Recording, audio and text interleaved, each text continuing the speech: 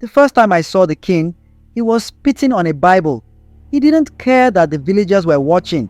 He stood in the market square, holding it up for everyone to see before tossing it into the fire.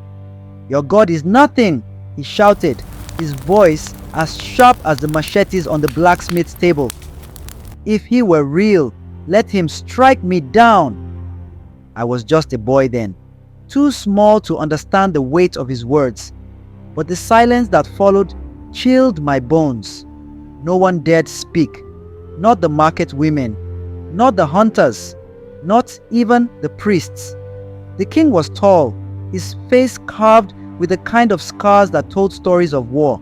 He ruled with an iron fist, and his hatred for God was like a fire that never died. My father pulled me away from the crowd that day, muttering under his breath, "This man will bring us ruin." That night, the rains came late, and when they fell, they were so heavy that they drowned our crops. The rains didn't stop for 3 days. By the time the skies cleared, our village looked like a ghost of itself. The yam fields were underwater, the goats drowned, and the houses near the river were swept away. People whispered that it was a curse, that the king had gone too far this time, but no one said it loudly. The king didn't care. He lived in his palace, high above the rest of us, where the floods didn't reach. When the chiefs tried to plead with him to offer sacrifices or prayers to appease the gods, he laughed. "Let them come to me if they are angry," he said. "I have no use for gods." I hated him for that. Everyone did, but no one could say it. My father called him Onyekuru, the one who fights the heavens. It wasn't his real name, but it fit. When the drought came, it was worse. The rain never returned after the flood. The sun baked the land until the soil cracked like old skin. People began to leave the village in search of water. My father refused to go. "This is our home," he said. "If we leave, we may never come back." But the hunger grew worse. One by one, families packed what little they had and left. Those who stayed looked thinner each day, their cheeks hollow, their eyes dull. My mother cried quietly at night, thinking I didn't hear her. One evening, the elders gathered in the square. They called everyone who remained, including me and my parents. The king sat on his wooden throne, carved with the faces of ancestors he didn't believe in. "Why are you here?" he asked. One of the elders stepped forward. He was old, his back bent, his hands shaking, but his voice was strong. "My king," he said, "we must act. The gods are angry.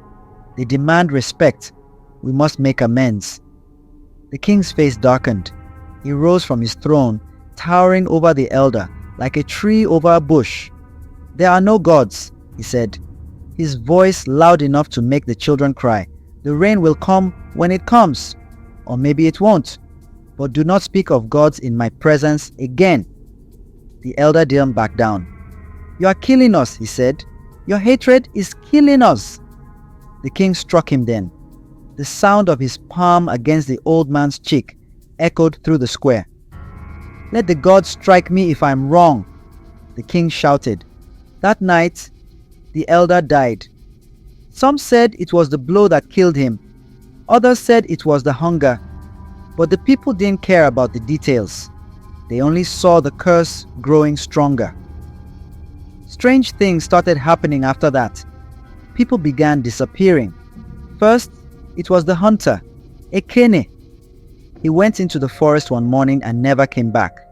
Then it was a young girl fetching water from the stream.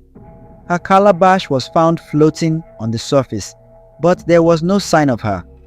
People said the forest was angry. The animals that once fled at the sight of humans now stood and stared with glowing eyes. At night, we heard cries, strange and distant, like someone calling for help, but too far away to find. My father grew restless. He told my mother we needed to leave, but she refused. "Where will we go?" she asked. "What will we eat?" "No, We stay and face whatever comes. So we stayed and we prayed. One night, I woke to the sound of drums. At first, I thought it was a dream, but when I looked outside, I saw lights in the distance. The king was holding a feast in his palace.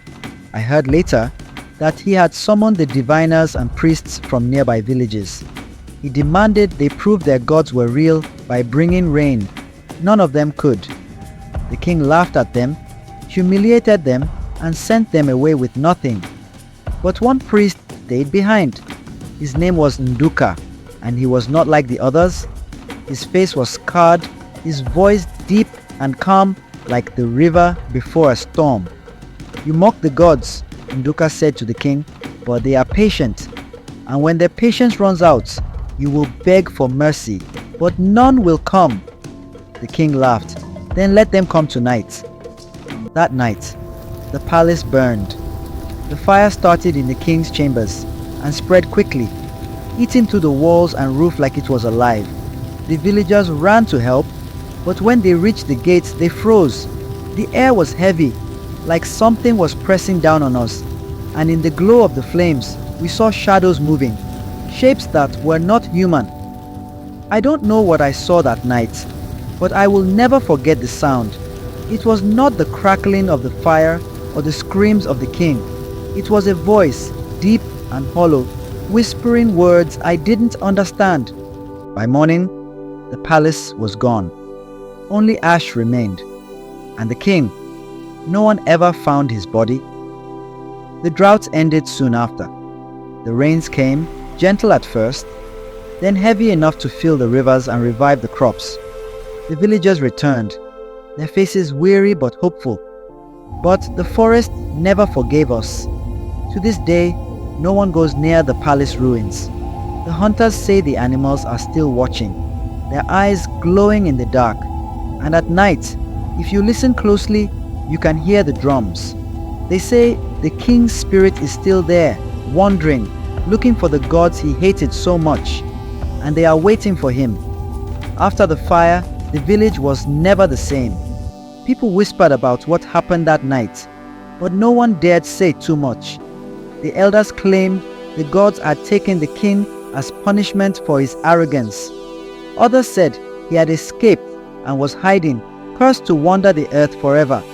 My father didn't care about the rumors. "What matters is that the rains have returned," he said. "We can rebuild."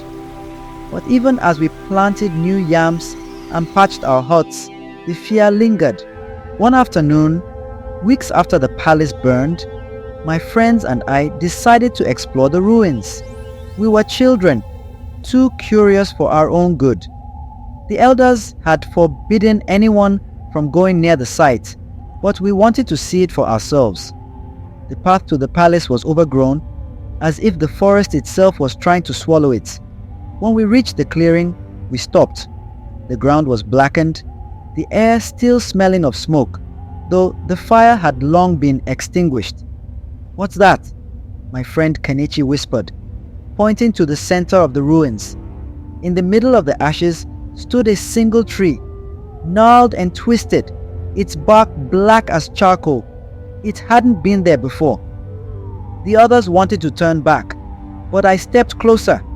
Something about the tree drew me in, as if it were alive, watching me. When I touched the bark, it was warm. That night, I dreamed of the king. He stood in the middle of the market square, just as I'd seen him that first day, but his face was different. His eyes were hollow, his skin pale. "Help me," he said. I woke up screaming. The dreams didn't stop. Every night, I saw the king. Sometimes he was in the forest, surrounded by shadows. Other times, he was at the river, his reflection staring back at him with glowing eyes. I told my father about the dreams, but he dismissed them. "It's just your imagination," he said. "You've been hearing too many stories." But I knew it was more than that. One night, I woke to the sound of footsteps outside our hut. I thought it was my father, but when I peeked out, I saw a figure walking toward the forest. It was the king. I wanted to scream, but no sound came out. He turned and looked at me, his hollow eyes burning into mine. Then he vanished into the trees. The next morning I told my mother what I had seen. She went pale. "You must stay away from the forest," she said. "Do you hear me? Don't go near it." But I couldn't stay away.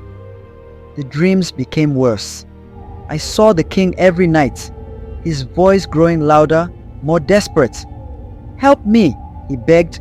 "They won't let me go." I knew I had to go back to the palace ruins. I didn't tell anyone. I waited until everyone was asleep, then slipped out of the hut and made my way to the forest. The path was darker than I remembered, the trees pressing in on all sides. When I reached the clearing, the air felt heavy, like something was watching me. The tree was still there, its black branches reaching toward the sky, and at its base, I saw him. The king was kneeling, his hands bound with vines, his head bowed.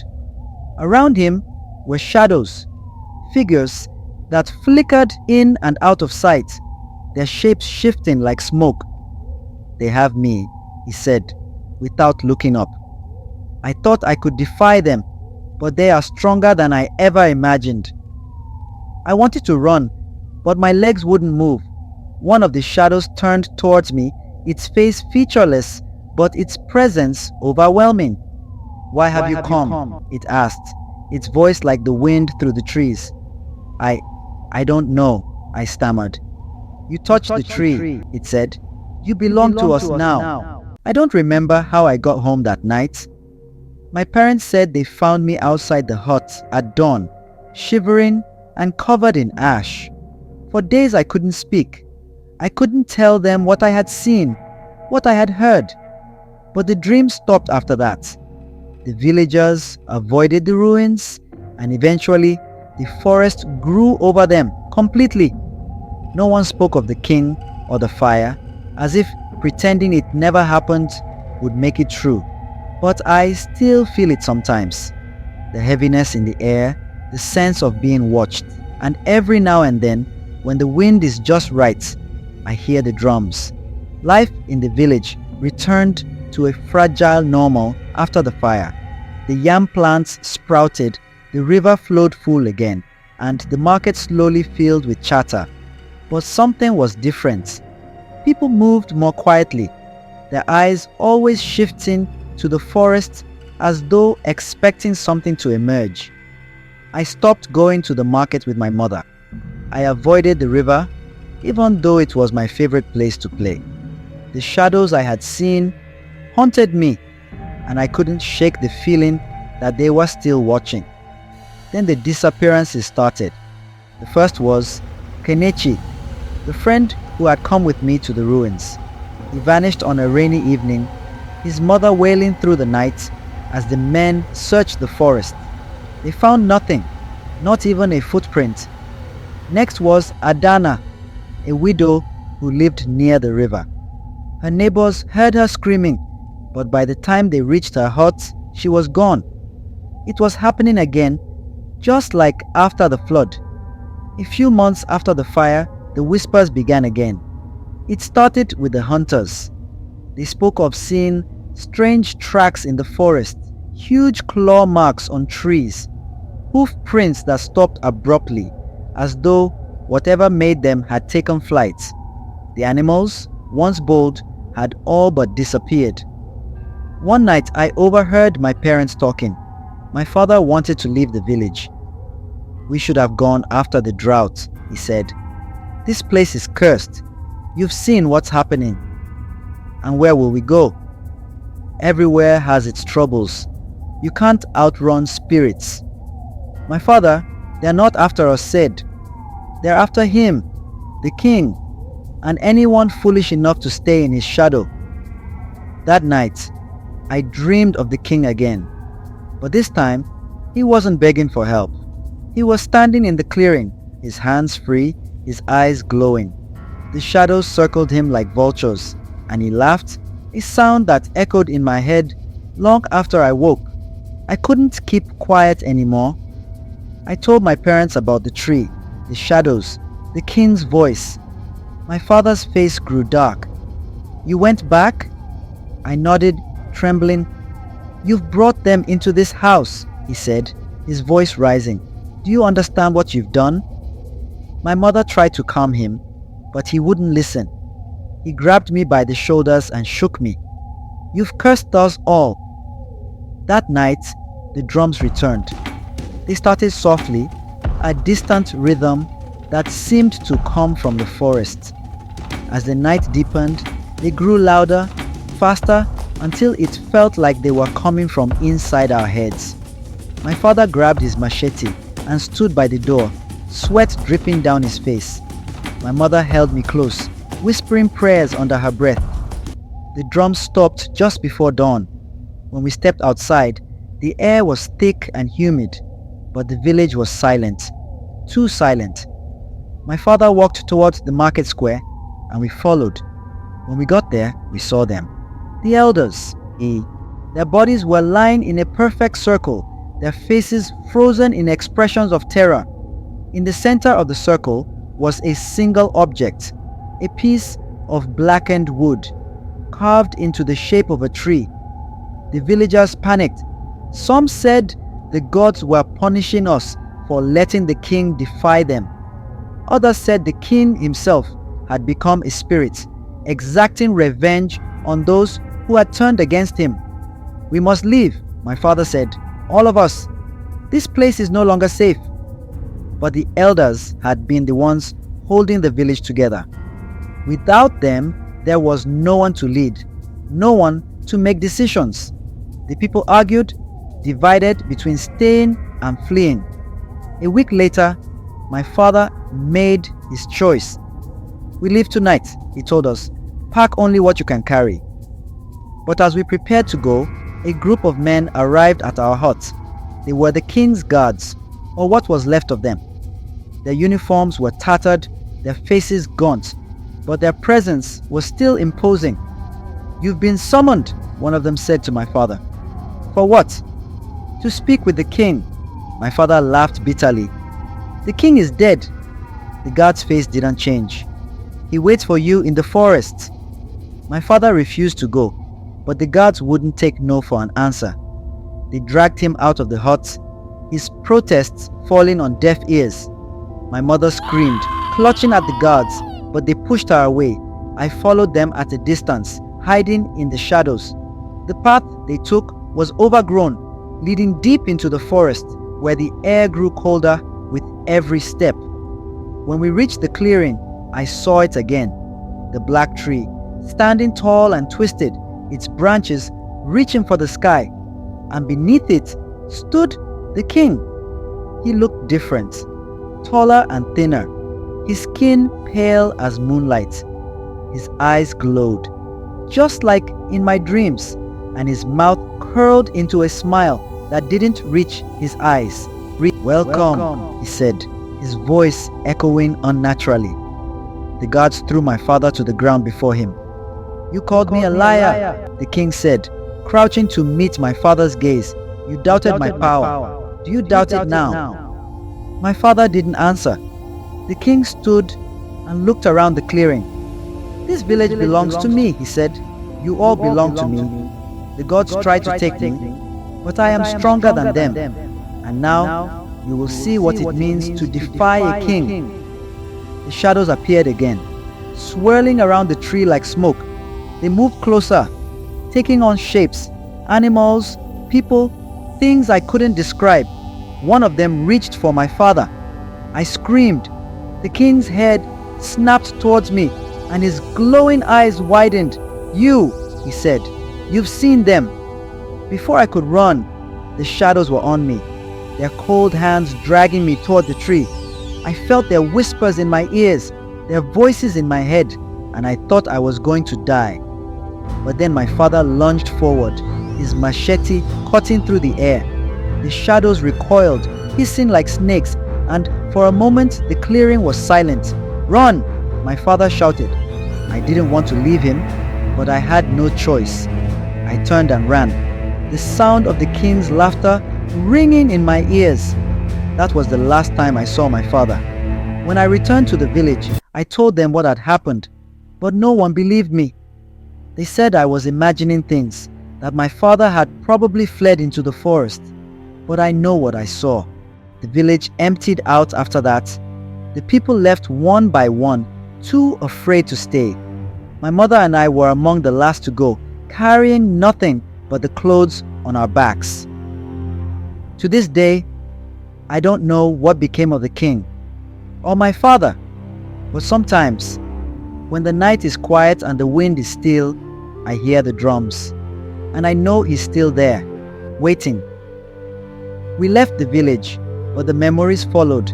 My mother never spoke of my father again. She focused on survival, moving us from one settlement to another, always looking over her shoulder. She never said it aloud, but I knew she feared the king's shadow might find us. For years, I tried to push it all away. I wanted to believe the past was a nightmare, nothing more. But no matter how far we traveled, the memories lingered, and I felt the weight of the king's presence everywhere. One night, when we had settled in a bustling town, far from our old home, I heard the drums again. I was older now, nearly a man, and I convinced myself it was nothing, a festival or a local ceremony. But the rhythm was the same haunting beat that had filled the air the night my father disappeared. I didn't tell my mother. I didn't want to frighten her, but the drums didn't stop. To this day, I don't know what became of the king or my father. But sometimes, when the night is quiet and the wind is still, I hear the drums, and I know he's still there, waiting. That night, we packed our things again. My mother wanted to leave before the sun rose, but something stopped us. As we stepped outside, we saw them, the villagers from our old home. They were standing in the street, their faces blank, their eyes hollow. At the front of the group was the king. He looked the same as he had in the clearing, his glowing eyes scanning the street, his smile sharp and unnatural. "You thought you could escape me," he said, his voice echoing in the stillness. My mother pushed me behind her, her hands trembling. "Leave us alone," she said. The king laughed. "You belong to me," he said. "You always have. And now, it's time to come home." The villagers stepped forward, their movements jerky and unnatural. My mother grabbed my hand and pulled me back into the house, slamming the door shut. "Run!" she said. "What about you?" "Go!" she shouted. Before I could argue, the door burst open, and the villagers flooded in. My mother turned to face them, her hands raised as if to fight, but they swarmed her, dragging her away. The last thing I saw was the king's glowing eyes staring at me through the chaos. I ran. I didn't know where I was going, but I didn't stop. The drums pounded in my ears, the sound growing louder with every step. I reached the edge of the forest and collapsed, my chest heaving, my legs shaking. When I looked back, the village was gone.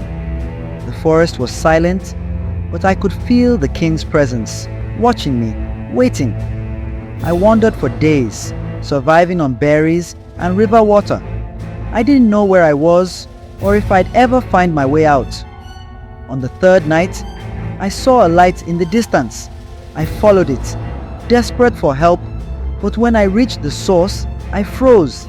It was the tree, the same black, twisted tree from the clearing, its branches reaching toward the sky, and beneath it stood the king. "You can't run from me," he said. "You never could." I backed away, but the shadows emerged from the tree, surrounding me. "You're mine," the king said, his voice echoing in my head. "You will always be mine." The shadows closed in, their cold hands pulling me to the ground. I screamed, but no one came. When I woke, I was lying on the edge of a river. I didn't know how I got there or how much time had passed. My body ached and my clothes were torn, but I was alive. I thought I had escaped, but the drums never stopped. Years passed, and I tried to rebuild my life. I found work in a distant town, far from the forest, and I kept to myself. I didn't speak of the king or the shadows, afraid of being called mad. But every night, I heard the drums. Sometimes, I saw him in my dreams, standing beneath the tree, his glowing eyes burning into mine. Other times, I felt his presence in the shadows, watching, waiting. I don't know why he let me go that night, or if he ever truly did. The elders used to say that the king had cursed himself by hating the gods, but I think his hatred made him something worse, something eternal, something unstoppable. He doesn't just rule the village anymore. He rules the shadows, the drums, the silence, and one day I know he'll come for me again. When that day comes, I'll be ready, or so I tell myself. I hope you enjoyed the video. If so, like the video and comment on what you learned from the video, and don't forget to subscribe to the channel for more enchanting tales just like this one. Thank you.